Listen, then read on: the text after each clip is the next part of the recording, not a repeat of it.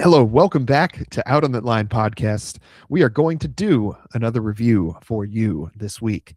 I'm Jeff, and as always, I have my co-host Alex. Alex, how you doing this week? Who's your favorite possum? I'm excited for this one. I got a lot to say about this week's album. I'm feeling locked and loaded and in control of myself and my being. Jeff, how are you doing? I'm doing very well, and I am excited to bring this newly minted genre of music to the folks out there. It is going to be the band Cigarettes at Sunset, not AT, the whatever you call the email at, and the album is called Possum Rock, which is also what they're dubbing this genre of music that they're doing. So this is an EP, I should say off the bat. So it is a rather short album, a nice quick little, you probably get this one in on your way to the grocery store. And I do suggest folks that you listen to this album because we are going to have a good time talking about it because it is a ripper of an album. A band that I had never heard of before, Cigarettes at Sunset. Immediately I liked the name because I used to love doing that. And then the name Possum Rock, like I love possums, I love rock. There's really, just by name alone, I was already in. And then right when the first song starts, I was in even further right till the end. So how did you hear about Cigarettes at Sunset? Because you were the one that brought this one up. Well, as much as I hate to say it, this was a revelation from Brandon, friend of the show, Brandon. Okay, I thought you were going to say Tanner, and I was like, it's Mr. Fishbrain himself. No, it wasn't called, Dr. Grandpa got his global globble or whatever the hell fish songs are called. I'm turning again, Tanner. You did it. You flew too close to the sun. I'm starting to get mean about fish again. Good God, Cat, what a hairy mess you've made. It was sent to us by friend of the show, Brandon, and he was very enthusiastic about it. And I wanted to make sure that I was a good friend and listen to it right off the wet top. And I had a drive that timed out perfectly with it. And I was shocked that I liked it as much because what was our text chain called for a while? Not Modern Appalachia or Appalachia. It was Modern Americana Appreciation Society or something like that. Tanner and Brandon and I. And there tends to be quite a lot of saturation within Americana. As broad of a term for a genre as that is, this cat is killing me. Cat is killing me. I don't remember what I was saying, you little whore. It's a tough genre to operate within sometimes. Because sometimes it can, for as broad of a definition as it has, it can fall into trope and sameness. A little difficult, but at any rate, this to me, as good as the music is and as good as Cigarettes at Sunset are as a band, Boone, North Carolina's own. The interesting discussion for me is genre, is what they've done here, because they've carved out a niche without necessarily trying to like reinvent the wheel. It's not like, oh, we're going to spin off punk into new wave or vice versa. It's not like some crazy genre leap. It's a perfectly executed, perfectly calculated niche where there's another term for it. It's y'alternative was another one I saw used in it. It's high energy, it's folky, but it's got that kind of, it invokes the idea of a possum. You're sitting out on the porch, smoking the dirt, and a possum runs by. I've had it happen to me 2 weeks ago. Outer Banks, North Carolina, kickback, hanging out, sunset no less. Possum runs by. He's not bothering me. I'm not bothering him. There was a mutual understanding there. I get the spirit of the possum, and the spirit of the possum is alive and well in this kind of music. So for me, the most interesting part of this is going to be like the genre discussion and how it informed this music. So I think to put it in terms for folks with something that they are more likely familiar with is, I feel like Cigarettes at Sunset in this album, Possum Rock, is to Americana and kind of the country, kind of that Appalachian music, the same way that like Turnstile is to hardcore music. at this point. Is you still hear all of those elements, but they are very much their own thing within that realm these days. What I really liked about Cigarettes at Sunset, it was like kind of all the best parts of like Blackberry Smoke, all the best parts of that, like just kind of the weirdness that Tyler Childers does sometimes. I feel like there was a lot of my favorite types of things wrapped up into this. There was also a little bit of that kind of like punk aspect. And certainly with the lead singer's voice, you have to help me out with his name in a second because I can't remember what it is.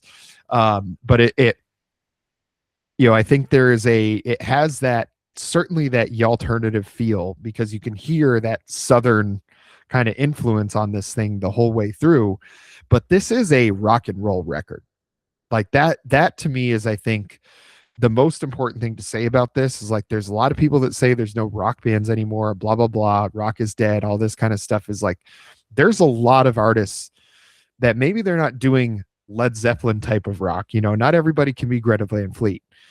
But to me, it's like, Thank God. this is the rock and roll music of this time. Is I think taking other genres, kind of subverting them, turning them on their head a little bit, in making something that feels fresh and new, but also familiar at the same time. And I think that's why I loved Blackberry Smoke, is because it had all the country I wanted with a lot of the rock and roll that I wanted to have. And while this is a lot less of the country side of that, it is even further into that rock and roll side. It adds, like, it's, if you gave Blackberry Smoke some meth instead of heroin, like, I feel like this is what you end up with, is Possum Rock. It's a far bigger sound than a lot of other roots driven rock would suggest. The three big things that came to mind for me in this were, so the front man's name is Garrett Dellinger. And in some of the other Cigarettes at Sunset stuff that I listened to, it wasn't quite the like burning buzzsaw that it is on this EP. Reminds me a lot of John J. McCauley from Deer Tick. So you've got like that, I can't even approximate it, it'll just sound stupid, but that totally crazy snarling, clear as a bell, but it sounds like it hurts like fuck to make that It's very sound. nasally, and like, I think it feels like it's very like forward Yeah. in the vocal palette. And it's this this like deep cry.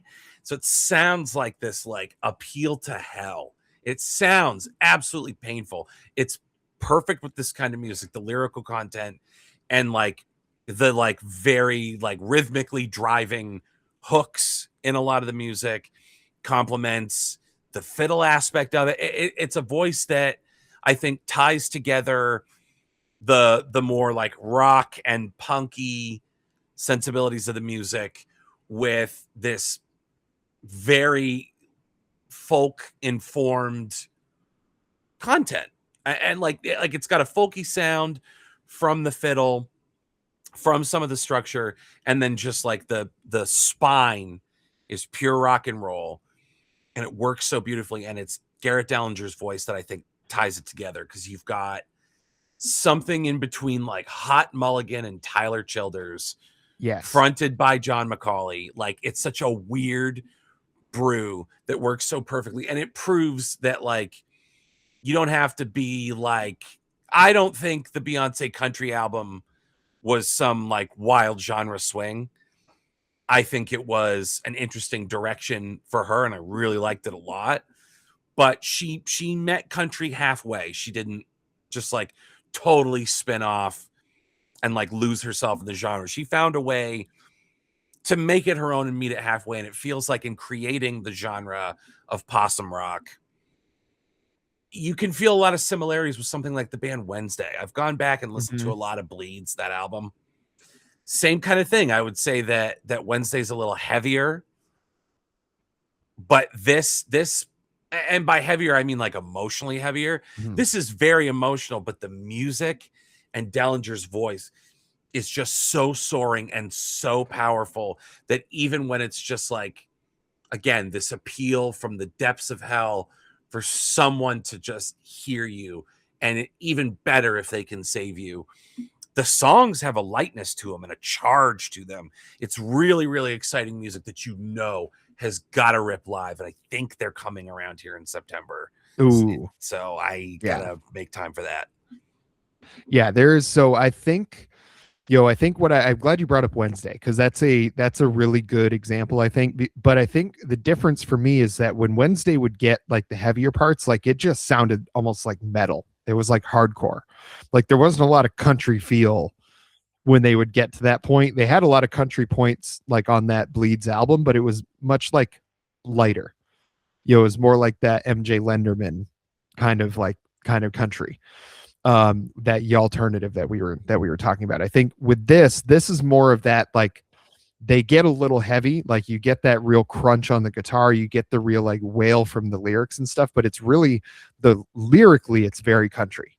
The way he sings has that twang, and I think that's what gives you that countrified like feel, because behind it is just some straight up ripping blues rock. And there is some punk elements to that, like the way they kind of like drop the beat and then pick it back up again. That's not something you typically hear a lot in country music. But it did, I think what it reminded me most of is like Blackberry Smoke, and certainly like the earlier like the Whippoorwill album, like where it was, two rock for country radio and two country for rock radio. This, I think you could fit on rock radio. Like this would get played on 100.1 in Austin. Like this would get played on Sun Radio for sure. This I could also hear getting played on like 99.9 The Buzz. I don't even know if that still exists up in Vermont. But like I could definitely hear this getting played on a station like that, where you would hear more of like the Deftones and bands like that. I think it fits such a cool niche. And it's funny that we have so many things that we can compare it to, but it's still so singular in its sound. And I suppose that's a strength of it, is that it can remind you of so many things. Like certainly a song like Pavement made me feel very nostalgic. It made me feel like it was a Sum 41 song, even though it was like country 41 song. It's really interesting the way that they were able to do it. And maybe it's because of the instrumentation. There's like violin and fiddle in there. There's like harmonica in there sometimes. Like there's, to me, there's a lot of elements that make country music that they've just like turned into rock songs. And not the same way that like Johnny Blue Skies did, because, people still calling Johnny Blue Skies a country artist. Like when I listen to Mutiny After Midnight, it doesn't feel all that much like a country album. It just feels like a funk rock album to me. And I think Passage Due Desire feels way more like a country album, even though that feels a lot jazzier and softer. And even Sailor's Guide to Earth, there's country elements to it, but it's like it feels like a big band swing album. And there's definitely some like rock songs to it, but it's like when it gets rocking, it's just rock and roll. Like there's not a lot of country to it. This somehow finds a way to like keep that like Southern fried side of it with making it feel punk and making it feel like a rock and roll album, or like early Foo Fighters, where it just goes. There's energy to it. There's like vitality to it. And I think a lot of that has to do with his voice. I think comparing him to John McCauley from Deer Tick is a really apt comparison, because it is like a buzzsaw. The way that it just cuts through the mix, and everything else is like mixed pretty heavy.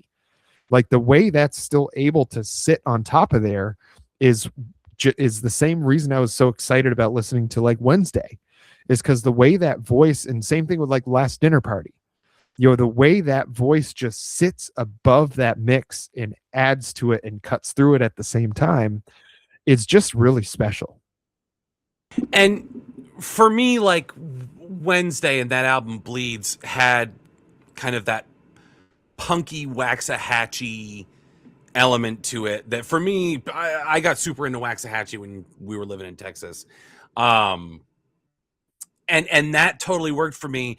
And it's again, North Carolina existence informed, again, kind of the same thing, where it's like we're gonna do roots rock in this like very specific, like specifically for this generation that's making it. There's something, it's hard to define exactly what it is, because it's beyond regional.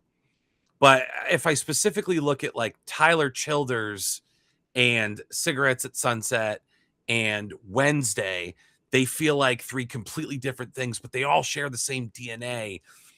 there's different perspective that informs the way the music's going to sound. And I think there's this very kind of, truthfully, this is another band like the Brook and the Bluff. It's a little hard to find information. I don't really know how old anybody is. I don't know if they're, tail end of millennial or, very early Gen Z or what the deal is, but it does have a younger feel as opposed to like the world weariness of a Tyler Childers. There's always been a world weariness and a maturity to it. And I would not say that this is immature. This shows a lot of life experience, but in a very specific, like, we're drinking warm, twisted teas and we're smoking cigarettes and we're hanging out somewhere, getting high in somebody's basement, like Pavement. Like you said, that is such an evocative song. It triggers so much nostalgia that, like, there's nothing to do. So everything is right here, right now. Like, this is wherever we are, this is the center of the universe because everything around us is so small and we're yearning for more. So we're putting so much meaning on this location in this moment. And that's how you build like those fondest memories. And this one song triggers all of that nostalgia. I'm like, I get it. I'm with you. I'm not physically with you. I'm emotionally with you. I return to that place of my sense memory. Kind of a wild trick for like a roots rock band to pull off. Mm-hmm. It's a unique sound. It's got a lot of things it'll remind you of, but none of which it's like totally aping. This was another really kind of big surprise. It backs up its rock credentials by just being big and loud, but like very thoughtfully structured, incredibly well produced for like as janky as I thought it was going to be when Brandon sent it to me.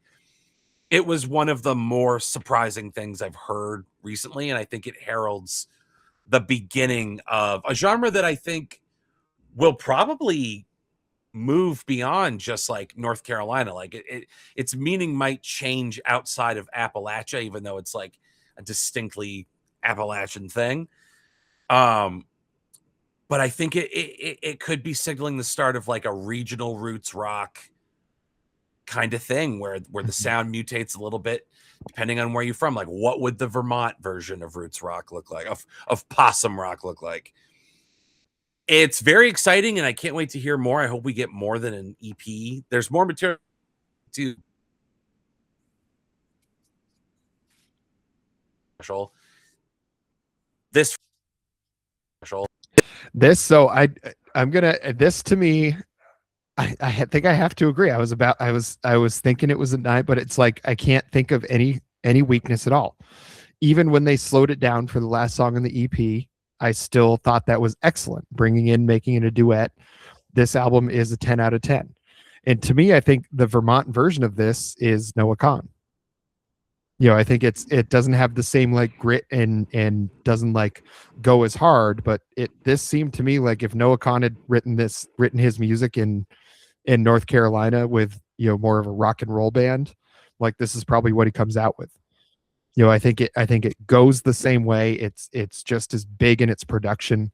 It's just as vital in what it has to say, and it feels just as new as that. I think it has, it just gives you a certain feeling, and when that feeling is hard to quantify, I think that's when the music is great.